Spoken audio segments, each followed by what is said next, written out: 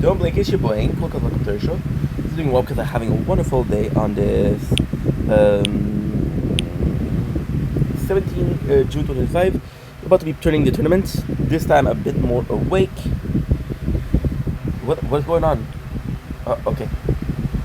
The water. Okay, good. But before that, we have to do a little something. And that little something is buying some module, because now we don't have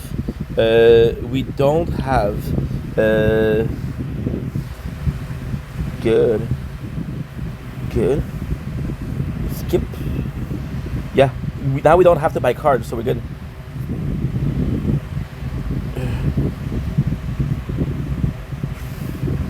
The goal is to buy everything and then to merge it, and then we'll see what is the strongest.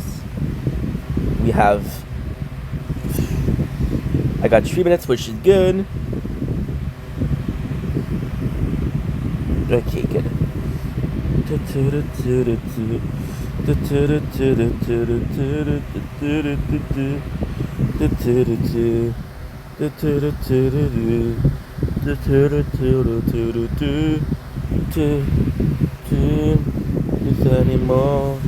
This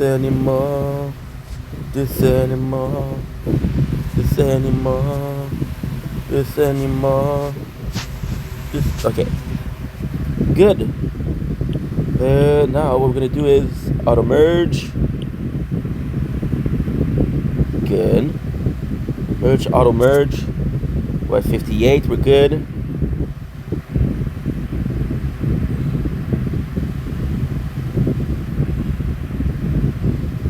Skip.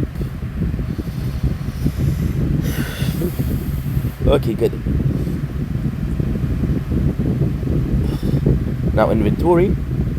And inventory. Perfect. So now let's go in the tournament.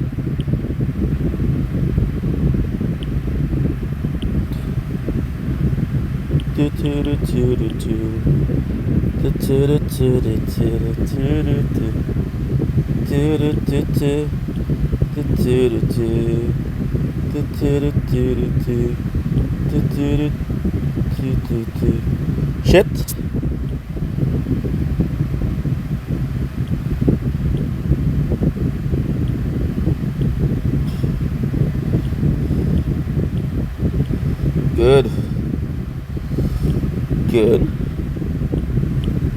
Good.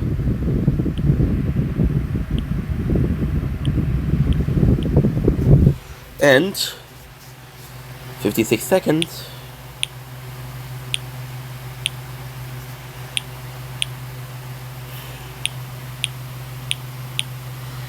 Seconds. Perfect. Okay. So we got the 3 tournaments. We're good.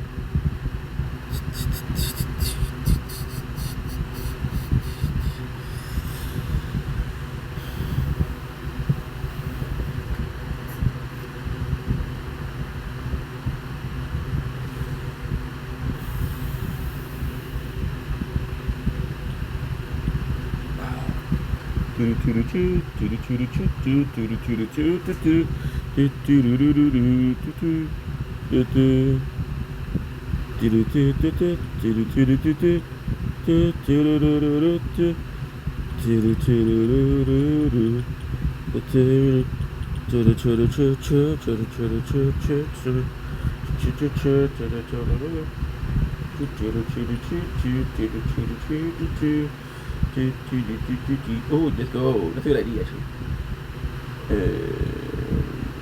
Forced compromise. And yep.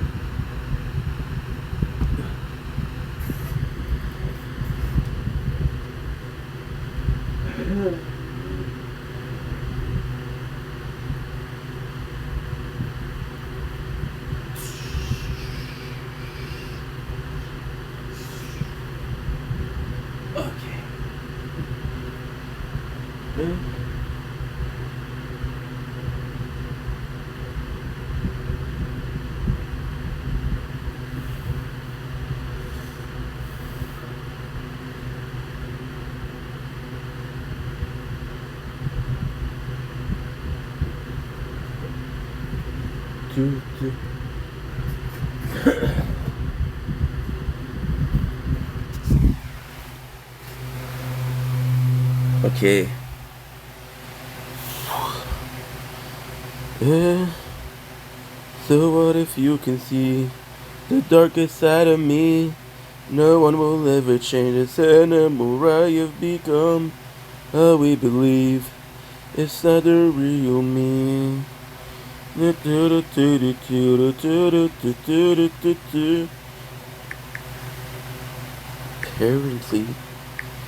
we fell off. And we'll go with good,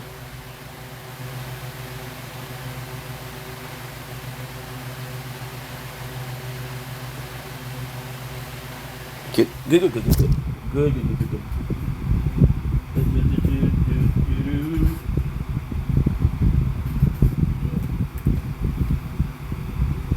What if you can see the darker side of me?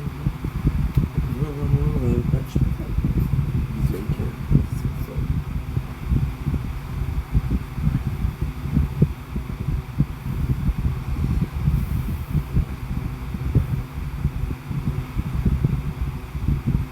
Je vous dirais Max. Parce que Max c'est vraiment un bon ami. Puis.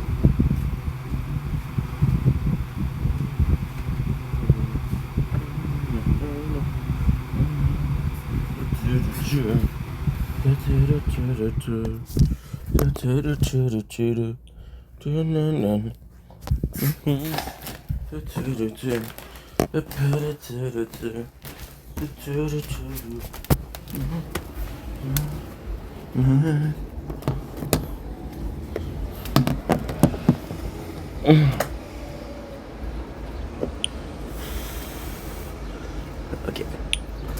Your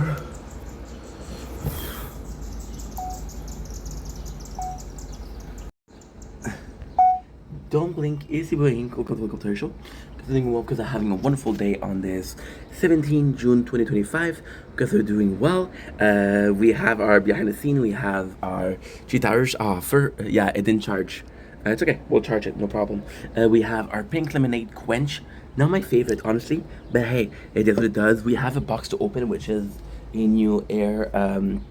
It's a air climatisé, which is I don't know how you say it in English, but cold air, fresh air. We got a bunch of videos to do, which is kind of cool because if you asked me an hour ago, I didn't have anything. So that's kind of cool. And you know what's even cooler? Starting the day. Holy shit! It is Pimple Valley. Let's pop a couple pimple because you shouldn't do it because it'll leave mark. But hey, it adds character to the person. And yeah, let's go.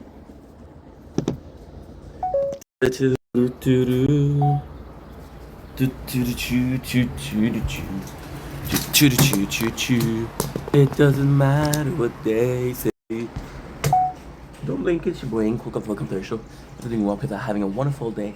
I bring upon you a almost perfect nature corn. It is it's from Dilly. So I could be talking about for hours, doing an intro, doing what it means to me. But you know what? Just enjoy. It's Crumb Dilly. Get good. Now I need to bring you back the charge.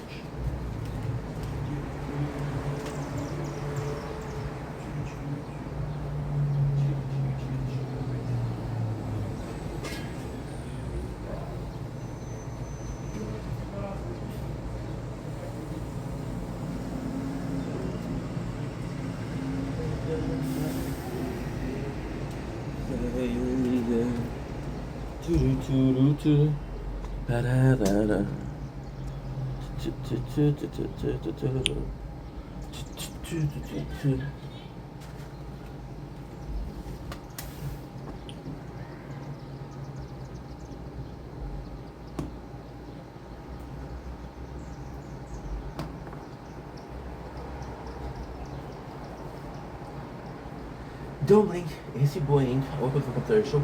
Listen, doing well because I are having a wonderful day on this 17 June 2025. Today we're doing an extremely quick recap because I wasn't alone. I was with someone. We did my very first, and yeah, I have lost my virginity in the exact same thing, exact same way that we're talking about. That you were thinking.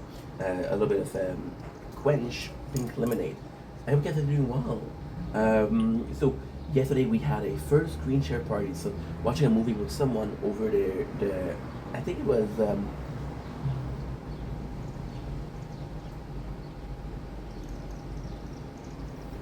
something duo, an application because she has an iPhone, and we watched a movie, and of course I let her choose a movie. And then she chose a freaking rom-com. And I was like, okay, well, if you choose a movie, I get to choose another one. And my movie, for some reason, was 23. Now, 23 isn't a movie that I talk about a lot. It isn't a movie that really marked me as a child. But I want to talk about it. And, of course, I didn't review it. I didn't. I'm going to be a spoiler-free review. So just a quick recap. Just a quick mentality behind 23. So 23 is what? 23 is a movie with Jim Carrey, a Canadian hero, by the way. I love me some Jim Carrey. I was born in the 90s, so Mr. Carrey or Mr. Jim, as some extremely close people to him are talking about. It was this crazy movie where there's this guy, right? And he finds a book, or he finds a journal. And the journal talks about how he keeps on seeing. Sorry, due to today's tournament day, so you're gonna hear me press button a shit ton of time. He's talking about how the number 23 is constantly being there, and then there's this killer. He's seen a movie. I was more looking at her, to be honest, because she was wearing a negligee. Like I was. To die for. And he watches the movie, right? And he reads the book. And I did pay attention to how it started. When you start seeing this guy was a murderer, right? This is forget about the story. I was more focused on something else. But the principle behind it. So Jim Carrey ends up being the killer. Jim Carrey ends up being a killer, and the reason why you see number 23 because the killer is obsessed with the number 23, and the killer is him. But to me, it's more than that. This is the very first. To me, this was the very first movie or the very first instance of what obsessive, not obsessive, but perception could be, or yeah, obsessing over a subject could be. So, for example, you start seeing the number 23 everywhere. Now, in a fucked up way, there's this logic behind it. There's this logic of this is a number that is important too. But the most of it is I am looking for it. I am looking, and if I'm looking for it, well, I'm gonna be seeing it everywhere. And as a kid, it blew my mind because it was weird because I was more so well, I'm still. I was more so back then a gamer, and being a gamer meant a lot of things. But being a gamer mostly meant I'm gonna focus on gaming. Now I had an imagination, but even a couple of days ago, we saw clouds and there was a blue sky, and it reminded me a kind of time. Now, this is a perfect example for visualization. And we did a video last week about visualization of victories before we even started battle.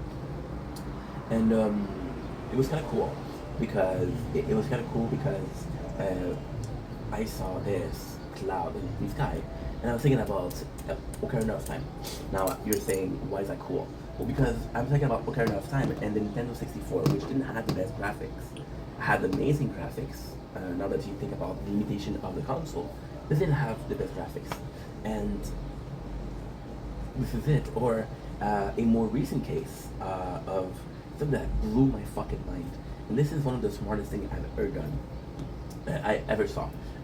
So they were playing Cyberpunk 2077, and I played the game before Cyberpunk Edge Runner, which is a show that came out in 2022. I played Cyberpunk during the pandemic. That was my pandemic game, by the way. The pandemic for me was 6 months. It was 6 months of Cyberpunk. Well, technically not. Technically, it was Nier Automata. It was Cyberpunk. There was another game before, I don't remember what it is. Trail of Cold, which I didn't like. But then you give a chance, and some of the alchemy, some of the what is it? Okay, Atelier. Yeah, Atelier. Yeah. Which is alchemy. And in Cyberpunk, after the game, and then I saw the series. Then I started streaming Cyberpunk, and there's this spot where the song "So Let It Go," and it was so nice because you don't really think that's gonna be in the game because it wasn't in the game before, or maybe it was in the game and you just didn't notice it. But how you now have an emotional attachment to it. The emotional attachment is the same thing as, and this is ADHD speaking, but there is a clear bond, a clear link in between the two. You have an emotional attachment to the number 2023, right? You have an emotional attachment to the visual of the game. Is when you see it, when you're obsessed with it, you're kind of searching for it, right? And you're searching for it for the wrong reason or for the right reason. As for me, Ocarina of Time is a very calming game. So when I see this, it's very calming. It's very easy. Phone is too hot. This is gonna be a problem for sure, guys. It's hot today, 22 degrees, and the battery's leaving like crazy. Tomorrow I got my interview, so nervous about that.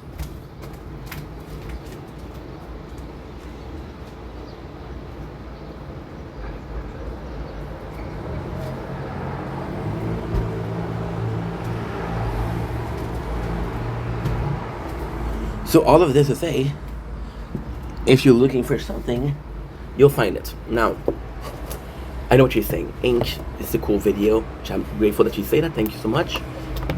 But what gives? What's the plot of this video? What's the point of this video? Well, the point of this video is actually quite simple.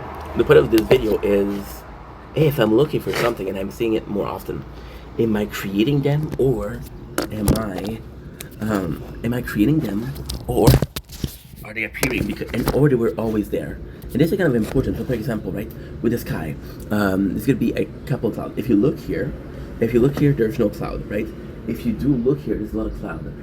So if I was to be looking for that emotion, I would look there instead of here. If the number 23 again means something, then I would be making the number 23. Now that's the craziest thing. The craziest thing is that if it's something and you do the quick math in your head, right? Even subconsciously, you do the quick math, and any single equation or every single thing that doesn't give me a certain number, I'll avoid it. I'll hyper focus on a specific situation that appeases me. So then, with the obsession, you ask yourself the question, which is the point of this video: If I'm obsessing over something, am I looking for it, or is it actually always been there? And if I'm looking for it, am I able to push a truth into a point where I'm creating it, right? For example, we'll take another example, right? We're taking a oasis in the middle of the desert, which is a visual hallucination, and it's mostly water. So why is it mostly water? Because you're thirsty, right? Because it's warm. Because you feel that you're gonna be dehydrated. So you're having these perception. But if you had those vision, and the vision was created by a warm temperature, why would it always be the same thing? Why would we always see an oasis? Why would anybody do this?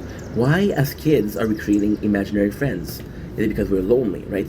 And those friends are really real. Those friends are really real for us, and we're creating imaginary friends, and they serve a purpose because we're lonely. But what if this was the natural cause of having imagination, but also having a social aspect? So, for example, you got this kid, right, who is seeing all of his friends with brothers and sisters, doesn't have a brother and sister, and he creates an imaginary friend because this imaginary friends serve as a social aspect to it, but it's also a need. So, for example, my need to feed myself, my need to drink water or drink anything at all. When I'm hungry, something will taste better, right? You go to the grocery store when you're hungry, you'll increase your spending by a lot. When you go to Costco, right? When you go to Costco and they give you all of those samples, like, ma'am, I don't know your fucking name, but you're so kind. Thank you so much for said sample. The reason why you're doing that is because you are eating, and because you're eating small snacks, your hunger starts because your brain is getting signal of, hey, is it time to eat? It's time to eat. Let's eat, and you're feeding him these morsel. So the fun fact is, when you eat, right, and you stop chewing, you start digesting. The smaller the portion, the quicker you digest. When you're digesting, you're like, okay, well, this didn't feed me, this didn't fulfill me, so I'm looking for more. When you go to a bar, right, and they give you free nuts, right, it's salted. It is salted. The most dangerous thing in marketing is when they have shrinks, and those shrinks are seemingly, using your psyche against you. You know, like I said, imagine the kid, right? Imagine the kid. This is the craziest thing. Imagine the kid was an imaginary friend, right? And now, those friends. See, this is insane. And this dates back from a while, and this is how we got like kind of enslaved to capitalism at a very young age, and this is very dangerous. See, did I get all that from the movie 2023? No, but still, is the genesis of everything. So you have this kid who has a lot of imagination, right? And he says, next to me there's this guy called Emmanuel, and Emmanuel is my imaginary friends, right? And there are these kids that have a little bit less,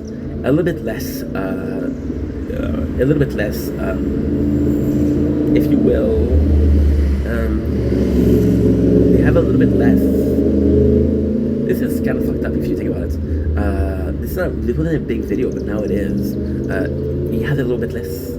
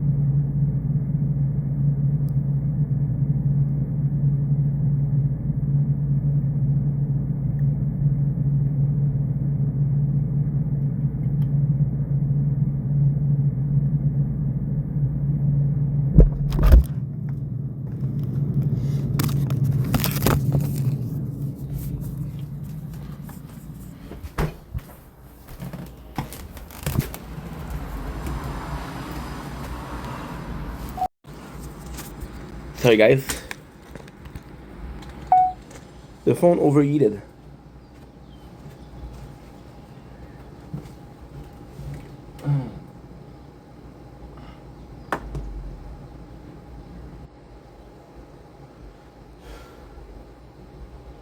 And we're back for part 2. Don't blink, it's your boy Ink. Welcome to the Commentary Show. I'm doing well because I'm having a wonderful day. I am so sorry, the phone overheated. It is 29 degrees outside, so it's kind of normal. Plus, we're doing two things, which is the tower and filming. So it is kind of normal. Now, coming back to it. If you have a kid that has this imagination, and the worst thing is today's a good ADHD day, so I'm supposed to make a lot of content. You can buy him, right, a toy. So for example, right? For example, now this was the 90s because I was born in the 90s, right? For example, they call me Elmo, and they call me Elmo would talk, right? Of course, it was the battery, of course, it was the program. But for the kid, it would talk, right? It would talk. It was kind of fantastic because like, holy shit, this is so cool. This is really alive, right? And when I was a kid, we had less financial means. My father had more financial needs than my mom. My father was like, you're old enough, you're 4 years old, you're a man, classic 90s dad, you don't need toys. My mom, however, she was like, hey, there's this stuffies, and if you talk to him, he'll listen to you. And I'm like, this is bullshit. He's not gonna talk to me, but I trust my mom, so holy shit, maybe you are alive. Now, I know what you're saying. This is far-fetched. Is it?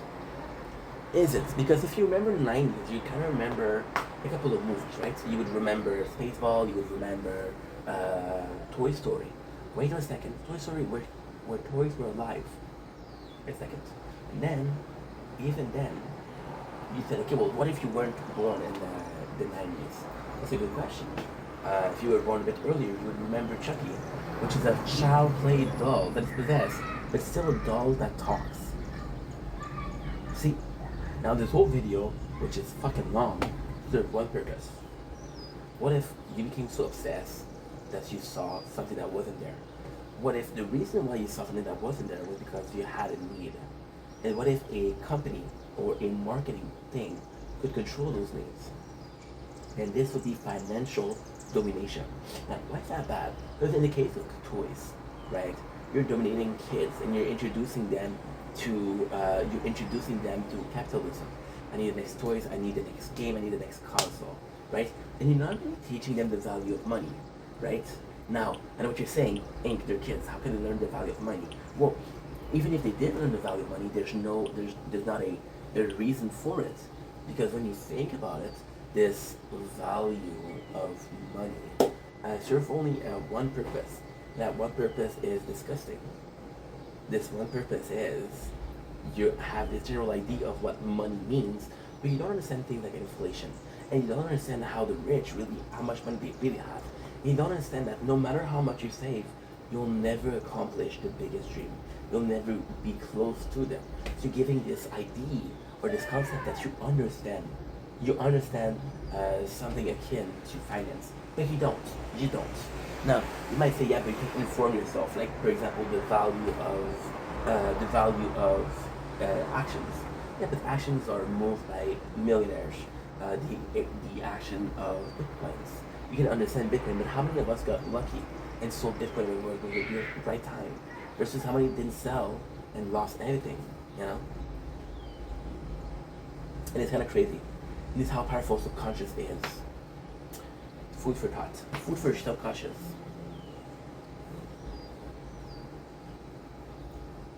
Don't blink. It's your boy Ink. Welcome to the Commentary Show. I'm doing well because I'm having a wonderful day today on this 18th June 2025.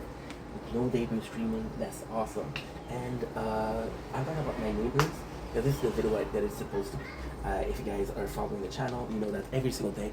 And it's so bad because I'm telling you that every single day is like a new story or it is a life. And honestly, this is going to be part of a lot of videos tonight. Today's a good ADHD day, which means that I have a lot of focus and a lot of ideas, which is great. It serves a couple purpose, and that couple purpose is a train of thought, which is work again, because I made a video yesterday and this morning about how it was the thing that I focused on the most, that we focused on the most, everything that I was thinking about or talking about was work. um, with my neighbors yesterday. If you saw the video, maybe you didn't. I had a stream, and I reached a breaking point where every single day I'm getting insulted. I'm getting, you know, it lasts for more than 1 hour. If it was one comment, don't care. If it was multiple comments, I would care. So then, why are we doing this? And I kind of found a way to manipulate, and to manipulate the situation, manipulate them, and manipulate myself in this in some ways. You see, I thought about it a lot because yesterday I was tearing up because they just went too far. They just went too far. The worst thing was I watched the video again, and this guy is insulting, and he's giving me shit, and he's asking for a response. He's gonna say hello, asking for a response. Then I'm answering him, and then he starts. Then after that, when I raise my tone, the pussy started talking about, oh no, I'm not talking to you, I'm not talking to another neighbors. Yeah, but if you were talking to another neighbors, why did you talk to me when I answered you?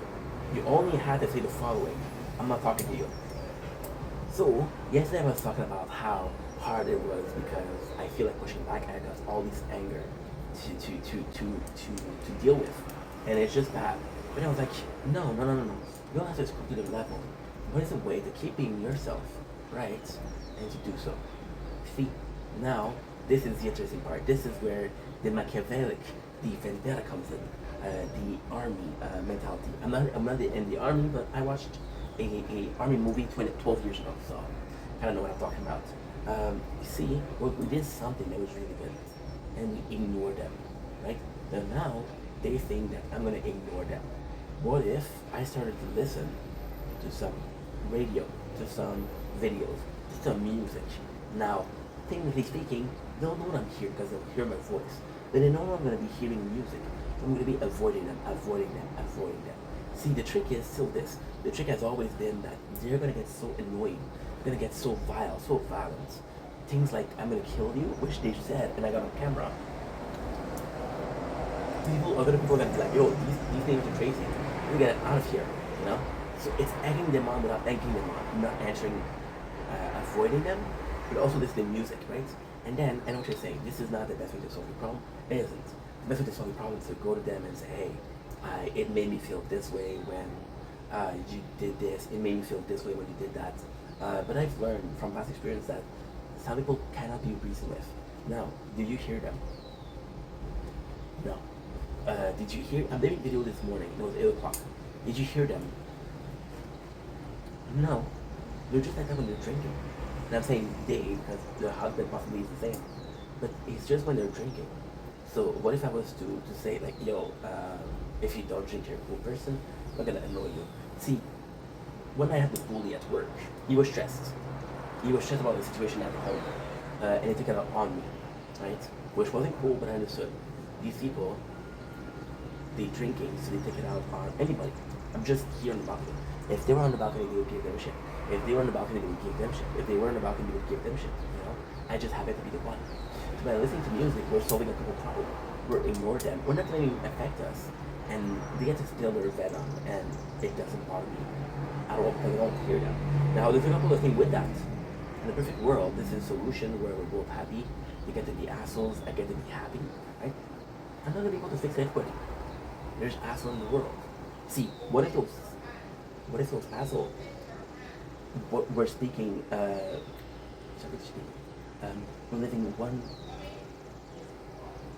we're living one street. It would be somebody else. It happens to me, but it could happen to anybody else.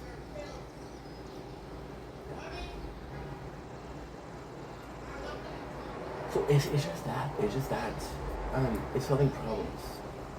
And I'm not able to say everybody. However, I can't. I shouldn't let it affect myself.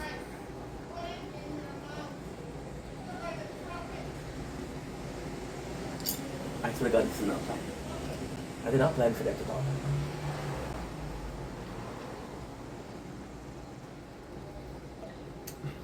I thought earn purpose.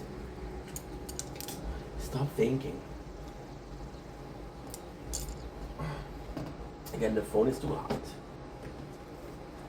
The phone is too hot.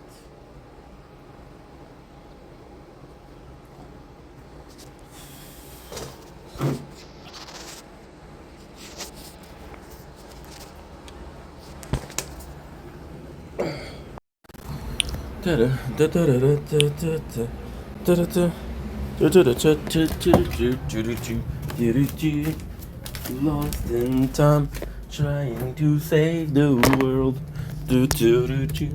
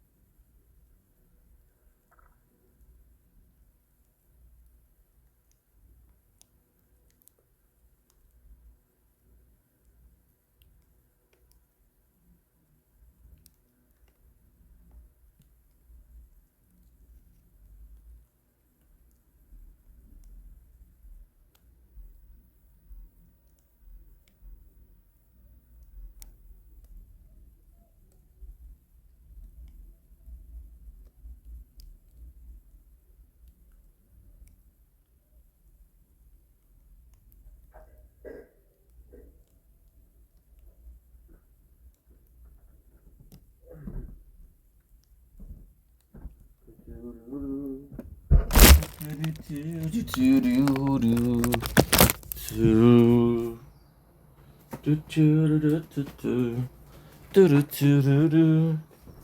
It doesn't matter.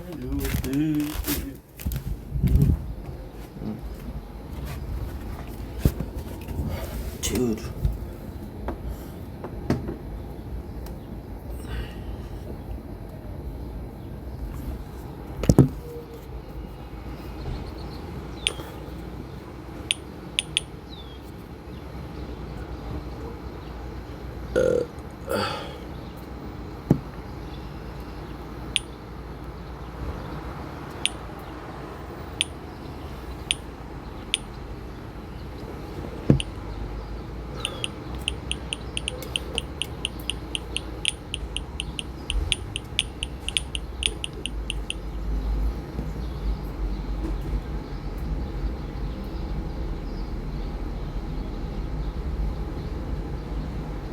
Sorry, wait a second.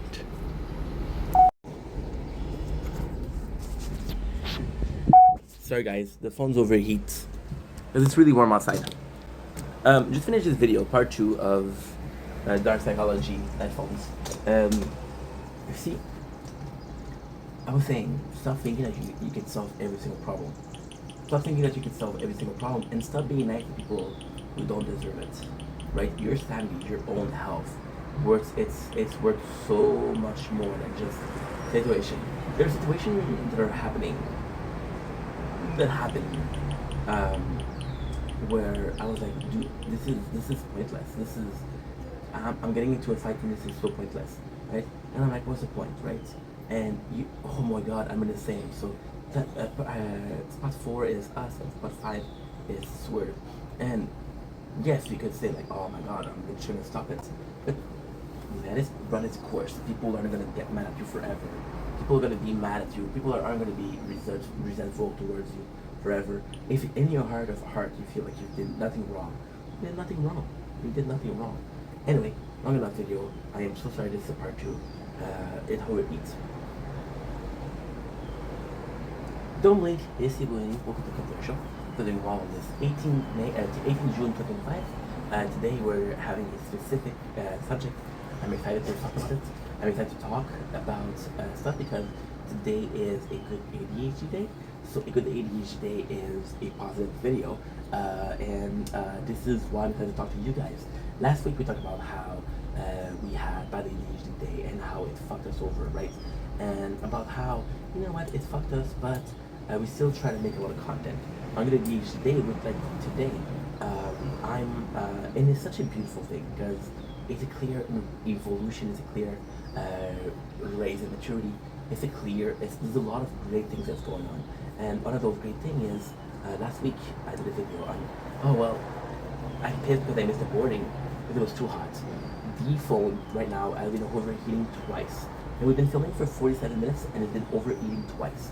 It is 29 degrees outside, so it's very hot. And the phone overheats because we play the tower. Now, if I didn't play the tower, the phone wouldn't overheat.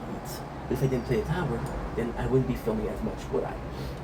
So, understanding that I cannot do anything about it, why am I gonna get mad, right? Today was a self-control.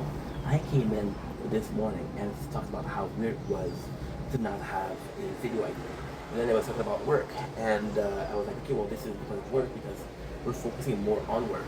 Now, we didn't have any other ideas, but what I did was thought about what I feel like talking about right now. What do I feel like talking about right now? And the cool thing was, I went and got some videos that we wrote. I used to do like notes a while ago. We wrote them a long last night ago. And I was like, okay, well, this is a good idea. And then I took 2 of them, and then we realized this is one and a half. You know? So there's hope. There is hope. There is hope.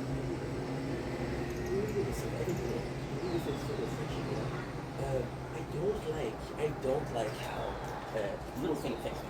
I don't like how the weather affects me. I don't like how not making content affects me.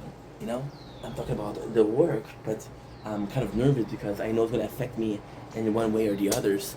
Look at how nice this is. Every single cloud is gray, except for this one, which somehow stand the tick of time. It's just a good feeling to be kind of in control. In control of what? In control of your own mind, but in control of your own reality. I have these things in my life that are supposed to affect me. How do they affect me is up to me. Are they affecting me greatly? Did I allow them to affect me greatly? Or are they affecting me slowly? And they're affecting me slowly. For example, right now, I know this phone is going to overeat in about 4 minutes if I'm lucky. So am I trying to hurry the video up? No, but I'm trying to be more concise. Know that I don't have ID. Now, of course, I don't get to explain my point of view a lot. I mean, that's a good thing. Maybe it's a good thing to keep those videos short. And even though I'll pretend like, oh yeah, I want to do more short videos, this is because of the heat. This is a good thing. The fact that we don't have any ID or no plans tonight was a chance for me to go out of the comfort zone to take subject that I didn't prepare the day before, that I didn't prepare playing video games. There are ideas that are just there because I was like, you know what? Let's take care of something. Let's do something. And I think this is beautiful. I think being in control, this is what's going on. The feeling of being in control is magical. I feel like everybody expect themselves to be in control, but actually being in control of your own life is a luxury. For example, well, I had this fight with my girlfriend, and I don't know what to do. First of all, second of all, well, at work it's not really going well. Third of all, well, I'm getting a lot of bills, and I don't know if I'm gonna be able to pay them. My mom left yesterday. They had a meeting, right? No, not a board meeting, but so she had a condo, and every single people in the condo, they had a meeting yesterday, and that meeting was like, hey, the elevator is broken. It's been broken for years, and they were like, well, we don't have the money to fix it, so what are we gonna do? And my mom is like, Steph, I don't know I might be selling the condos, right? And in my mind, I was like, and she was talking to me about what she wanted to do, like if it was okay, she sold the condo, and I'm like, Mom, as long as you're happy, it's your choice, Technically speaking, selling the condo is a shame because you spend so much time to buy the condo, you pay interest in the bank to buy the condo. So yes, your value of your condo raised, the value of your condo upped in value, increased. Sorry, but at the same time you're selling it. It's not the best choice. But however, if it's her choice, and if she doesn't want to have to deal, losing a couple of $1,000 can be worth not having a headache, right? Or in the same way, if she wants to sell it, that's her choice. If for her selling the condo is a way of controlling things, this is amazing. And a lot of people would see this and say, "Oh, this is giving up." Is it giving up? You don't want to deal with a problem. Now, she didn't tell me about the problem. What if there was another problem, and it constantly happens, right? Now, in this apartment, I live close to everything.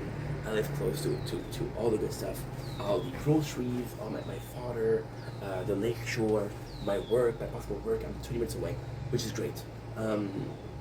It's a bit further than I expected, but it's a bit further than I expected because it's further than my other job, but still. And it just goes to show that, holy shit, because of loud ass neighbors and disrespectful neighbors, I'm not about leaving this complex, right? Now, is that in control? No, you're allowing people to get in your head. Being in control, just like ADHD, the good ADHD, is it how everything around you affects you. The fear is that I could only work or only be like that when I have a good ADHD day, and when I don't have a good one, or when I have a normal one, or when I have a bad one, like oof. But it's not the case. However, me being able to take advantage of a positive situation isn't not being in control, is jumping in, diving in.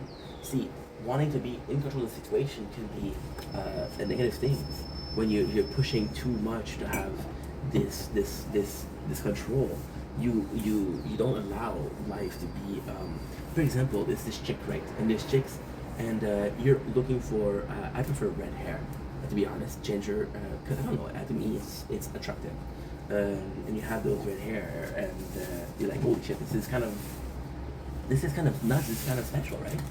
And you just go in, and if you're looking for that, not allowing yourself to be a brunette that could be your wife, or a blonde that could be the mother of your children, and because you're trying to be in control, right? Now with the ADHD, that's the same thing. If I'm only looking to work on a nice day, then I'm passing events, right? How many parties did I pass down?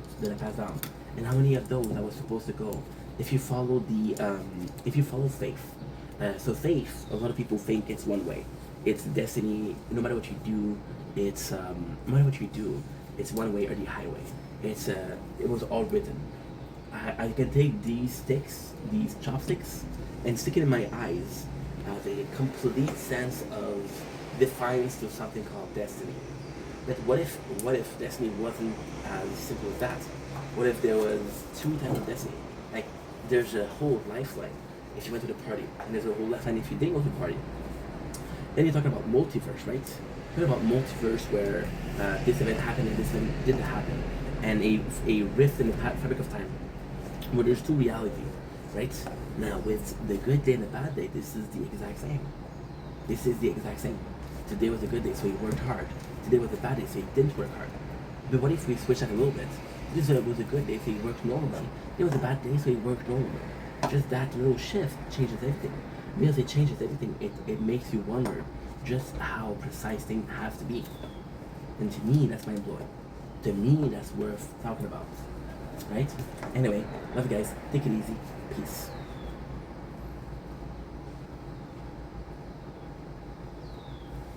Don't blink, it's your boy. Welcome to Welcome. You guys are doing well because I'm having a wonderful day on this 18th June 2025. Today we're talking about a video for the gaming channel, so welcome to Infinite Gaming. Welcome gamers. We are talking about my first thought of the Battlefield Chronicle. The Battlefield Chronicle is a turn-based strategy. We have played the game for 2 hours and a half. Now, my first opinion is white. Good suits, to be honest.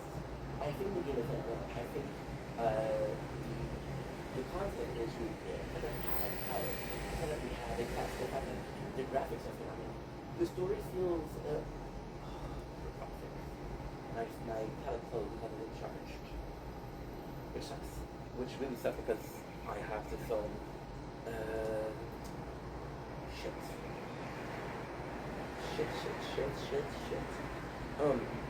Which, yeah, it did charge, which is okay. Battlefield Chronicle feels like a game that isn't the most interesting. It isn't the most like jaw-breaking. There's narratively it's kind of weak a little bit. For example, there is a specific conversation where he's like, oh, let's do this, and the other character is like, oh yeah, we should do this. So it's like, kid, where's the why? You just following along a singular line. And it's like interesting.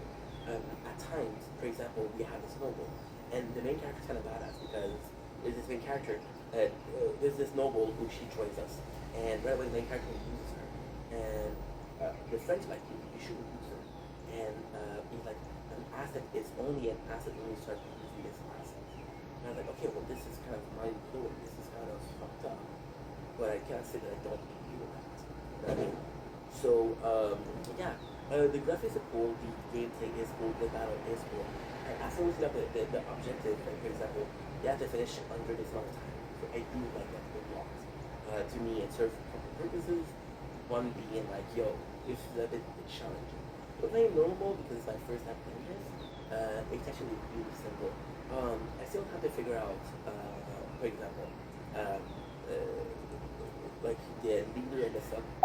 For example, we allowed 4 party members, but you can have a 5th in reserve, and the fact that she's in reserve is actually helping you. Battlefield Chronicle feels really good. It plays really good. The narrative is super interesting. But the last time I played a real-time strategy like that was Unicorn Overlord, and Unicorn Overlord felt 1,000 times better. The strategy, even the system, the lines, it is really nice. However, it does remind you a little bit. When I say a little bit, I mean a lot of I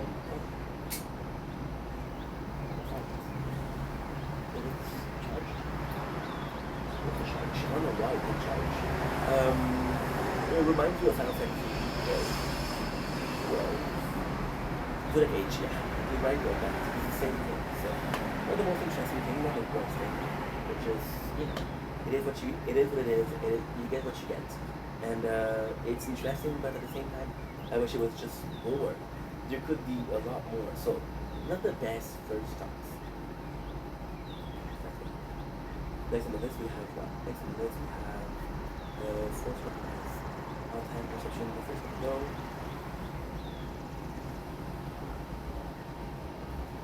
Don't blink, AC Boy. Welcome to Potential.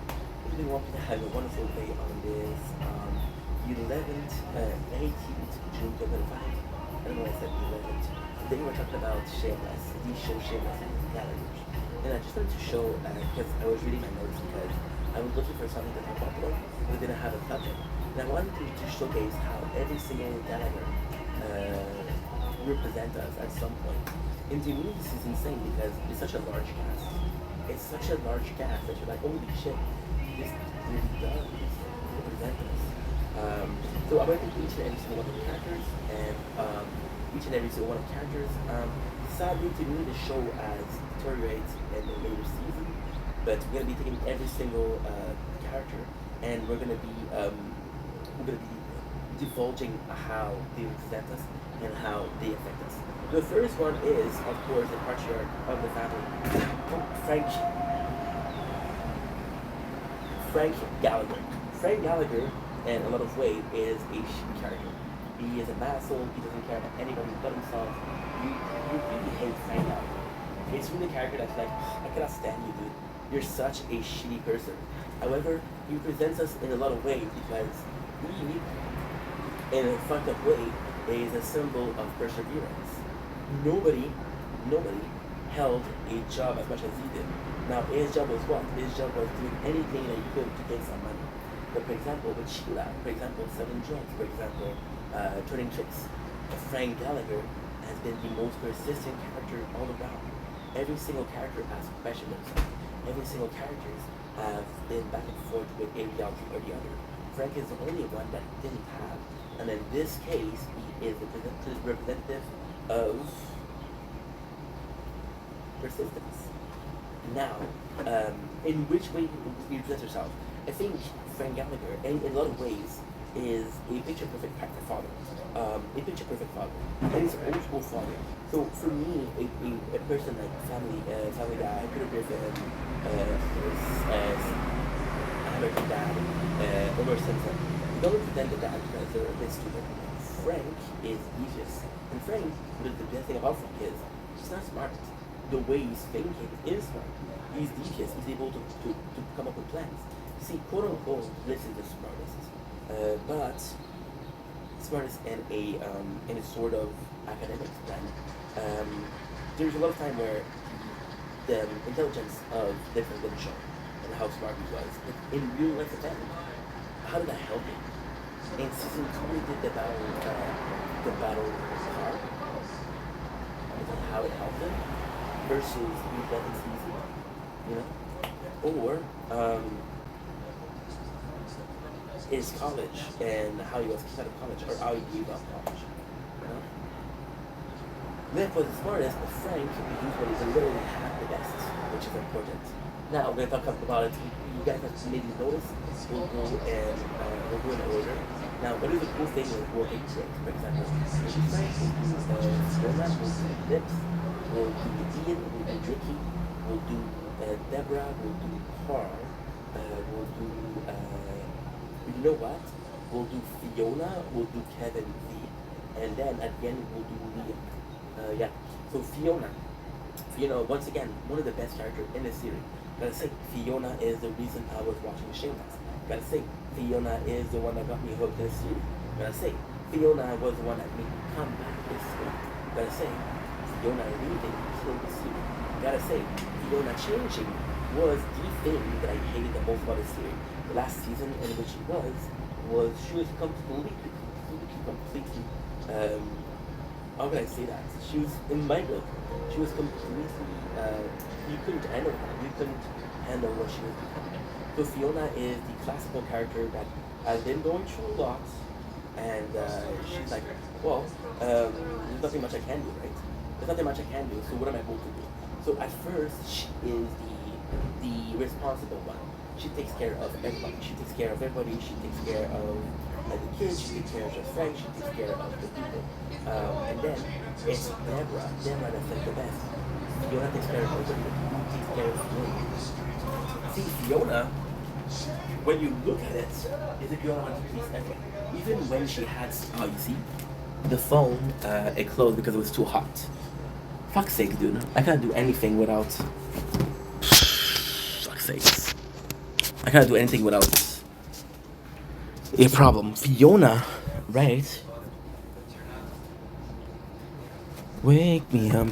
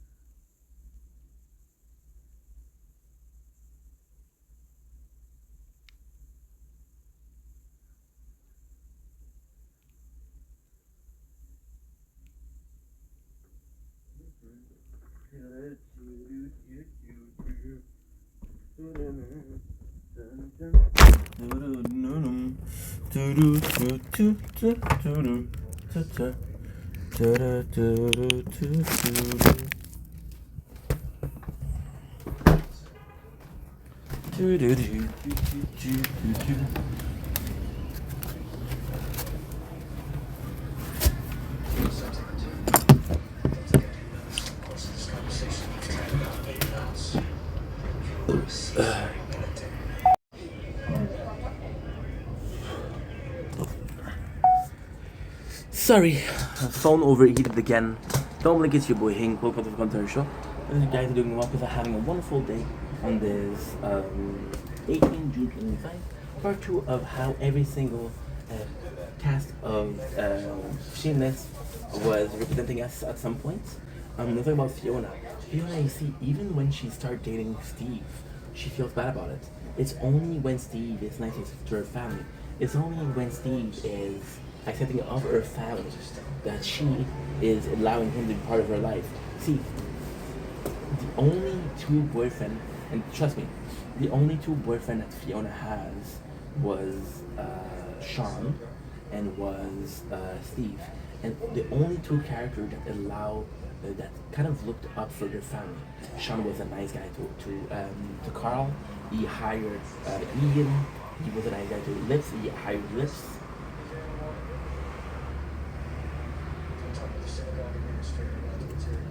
He was a nice guy. He was a really, really nice guy. See, and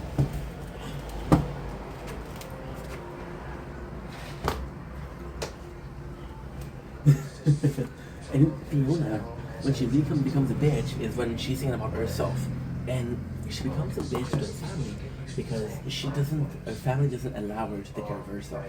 You're always like, hey, guess what? By the way, this is the TV. This is not me. So what happened is the family's like, Fiona, we need you, we need you, we need you. Like, no, I need myself. Now, next one is Kev and V. Kev and V being the perfect relationship that doesn't work, and Kev and V is representative in a way of we've had a relationship where it wasn't okay, and we fixed it. Kevin V, when you look at them, every single arc that they have is an arc that you could have. For example, the infertility problem. What if the person that you wanted to spend a life with wouldn't give you children? What would you do?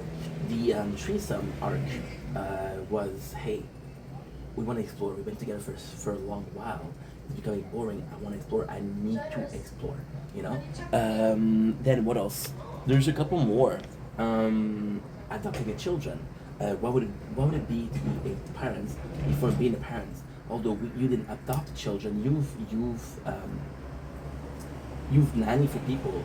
You've had friends with kids, right? And possibly the first one in your group that had a kid was an accident, and then everybody else was like, yo, this is the best gift that ever happened to someone, right? Now, moving on, we got Ian. We got Lips because Lips is older than Ian. This is the perfect case of wasted talent. See, Lips, although being smart, although being a nice guy, although being caring, is constantly pushed back. So, for example, the more he's caring, the more people use his kindness to their advantage.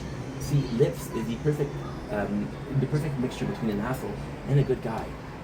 Lips is a good person to a lot of people, then we allow Karen to treat him like shit. We all had this toxic girlfriend, right? And we all have this girl that would have been a better wife, but wasn't the person that we need right now, which was Mandy. Lip is also, once again, a representative of where's the potential. Lip being the smartest, but not living up to his potential. However, Lips being also the coolest because Lips understood that he could have done better with his life, but he then chose to.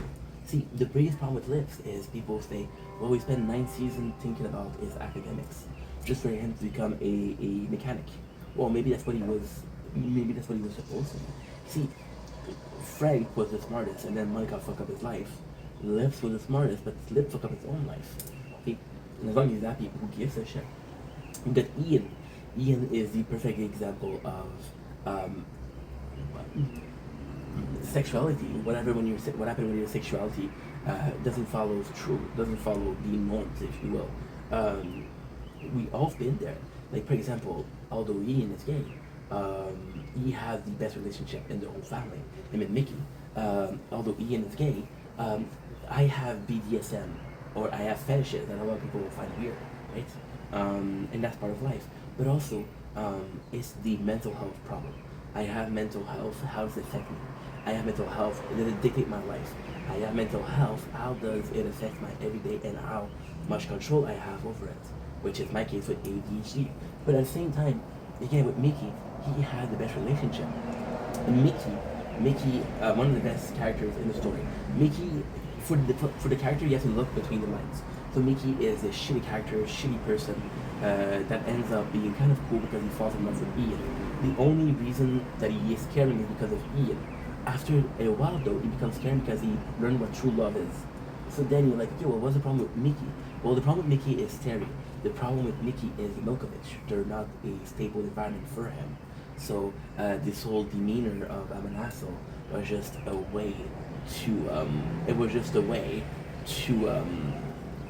to cope with the pain, right? Also, when Ian started having mental problem, right? Mickey stands by him. It's like, I'll take care of him. I'll take care of him. How many people would have left? The guy that was the most hateful was the guy that left. We all have this friend that couldn't help themselves, and we wanted to help because we loved them. We all had this friend that wasn't able to achieve a lot in life, but we all believed in him, you know? And that's Mickey. Moving on, we got Deborah. Deborah, easily one of the worst characters in the show. I'm sorry, but I fucking hate Deborah. But Deborah, you understand how she is. You understand how she is. You see, with Shameless, we have a little problem. And the fact that there's two clans. There's Fiona, Liz, and Ian. And then there's Liam, Carl, and Debs. There's six. They're separated by six, right? There's two clans, the older and the youngest. So Deborah feels like the youngest. And Deborah feels like she has to do things to get hurt. And then she becomes independent, right? The fact that she kind of rapes a lot of two people. Well, not rape, but at least she raped Math. She didn't rape Derek, but Derek, she made him a baby to keep him with us. Now, honestly, this is shitty, but this was advice that she got. She got advice from Mandy for being a ghetto wife. Now, was Mandy wrong? No, she was. Mandy perceived this as being a reality, so when she saw Deb as her younger sister, she was like, well, you got a lot of shit to learn, right? And don't worry, I'll teach you. We have the charger phone, it has 5%. Which is not a big deal. It is a big deal because it's not charging.